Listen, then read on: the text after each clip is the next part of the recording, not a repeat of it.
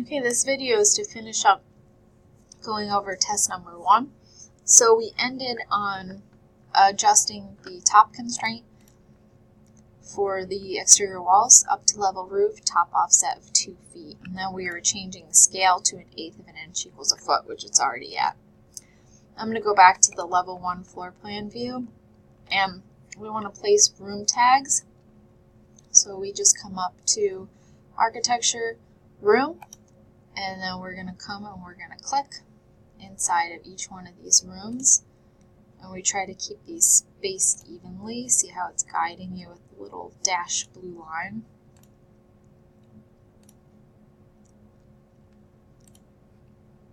And just make sure that nothing is overlapping, so I'm just going to move my dimension over a little so it doesn't overlap that room tag.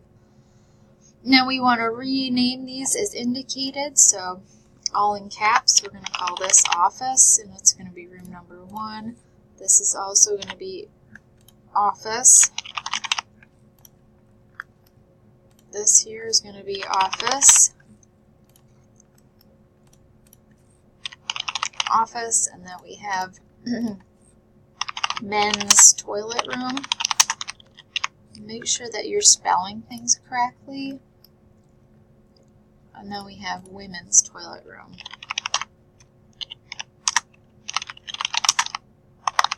Okay, make sure that again that you use the spell check if you need to look through all that, so you can go to annotate and do check spelling. Okay. And then again, make sure that your tags aren't overlapping and you can read everything. If you need to move your dimensions, just click on them, and I use the over arrows on my keyboard, but you can pull them too.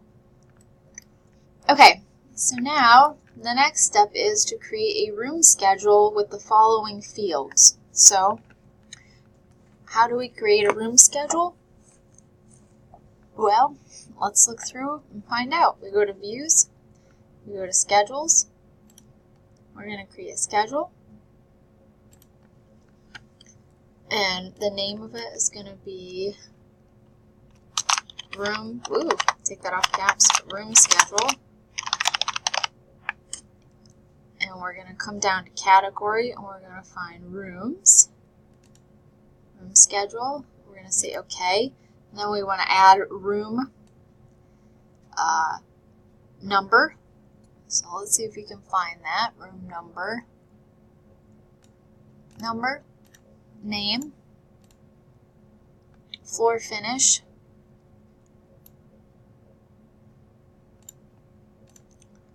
wall finish, ceiling finish, and comments. And then we're going to say OK. And it generates a schedule for each room, the offices with their number, and then the finishes. And there's no finishes in there because we didn't assign any finishes to the room. So that's okay. You don't have to fill anything in. We might say like this is carpet or tile, but I didn't give you that information. I didn't want you to go that far into it. Okay, and then we're going to create a sheet. So we come down to our project browser and we find Sheets. We right click and say New Sheet. And then it says to use a 22 by 34, so we have to load in a new sheet. We're going to go down to Title Blocks, 22 by 34, hit Open, say OK. And then we are going to drag our level 1 view onto the sheet. Drag and place it in the center.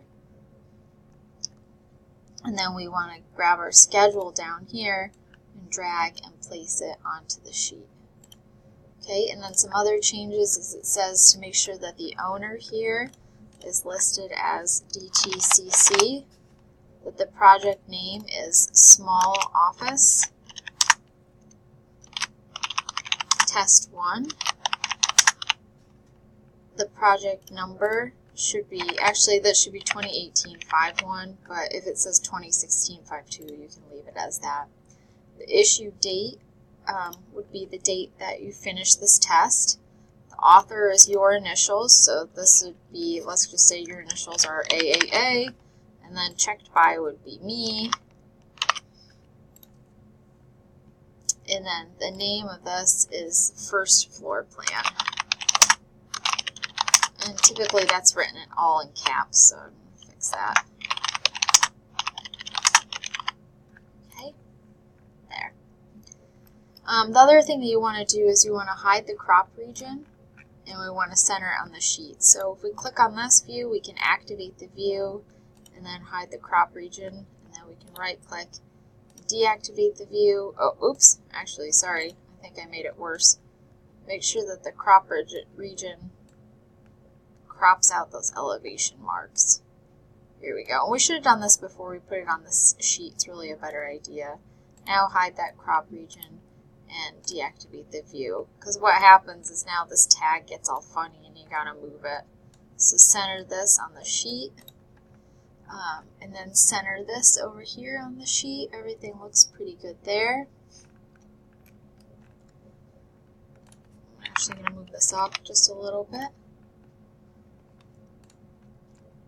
It says to print the sheet on a piece of paper, so I'm going to go File, and I'm going to, you can say Print, and we want to make it a PDF.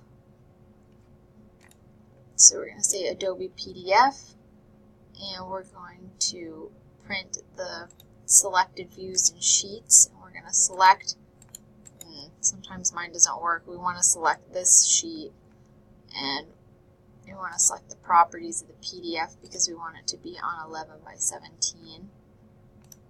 Say OK, and then we want to browse for where we want to put this sheet. And now my browse isn't even working. Hopefully this isn't happening to you. But that's how you set it up, and then you say OK, and then it will make a PDF, and it's putting it in the wrong spot. I'm going to put it, for now I'm just going to put it on my desktop so I don't have to waste his time. But it says to name the office, small office underscore test 1 underscore, oops, I had caps on still, underscore your last name.